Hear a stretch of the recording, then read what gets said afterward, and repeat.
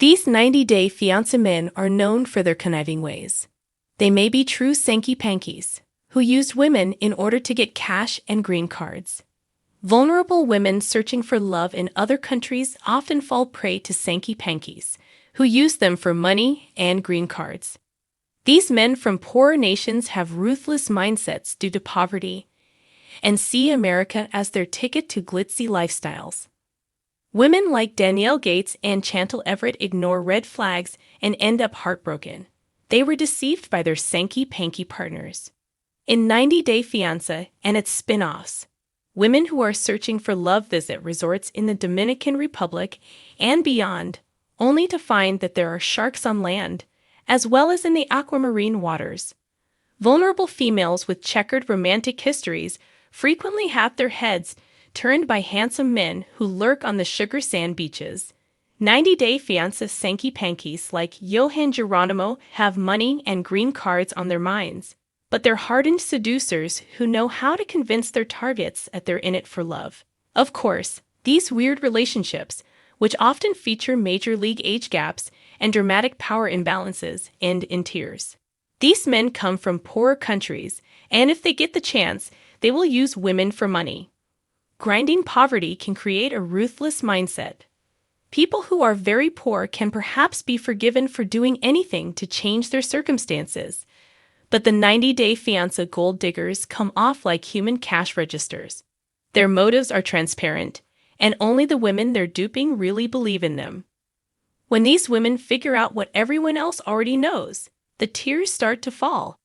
After the heartache fades, the women sometimes give in to the kind of female rage that drives works of fiction like Gillian Flynn's Gone Girl.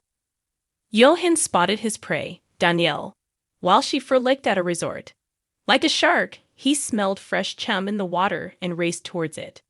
It could be argued that Danielle's life was ruined by this man, even though she wouldn't give him what he really wanted, the American dream. Why should he stay in DR when bright lights and big cities beckoned? In the USA, he could shoot for the sort of glitzy lifestyle that is the Sanky Panky's brass ring. To the Sanky Panky, America's like Oz.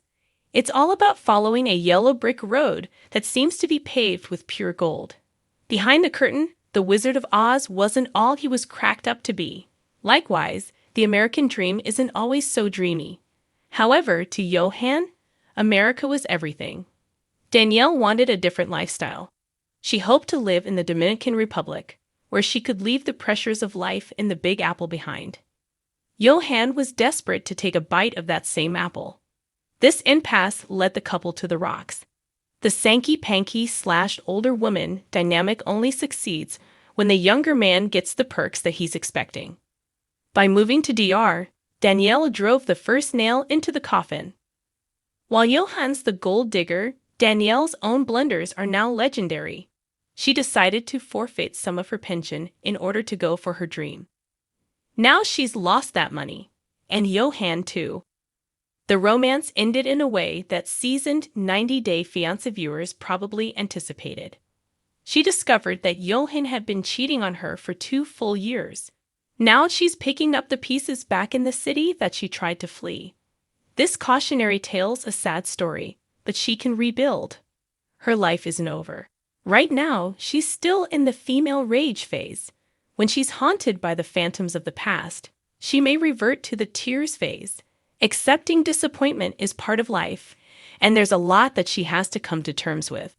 While Danielle is lashing out right now by cryptically commenting on transactional relationships via Instagram, she's also moving forward. She's sharing pieces of her life with her followers and focusing on getting the most out of every day. Yohan is gone, and life goes on.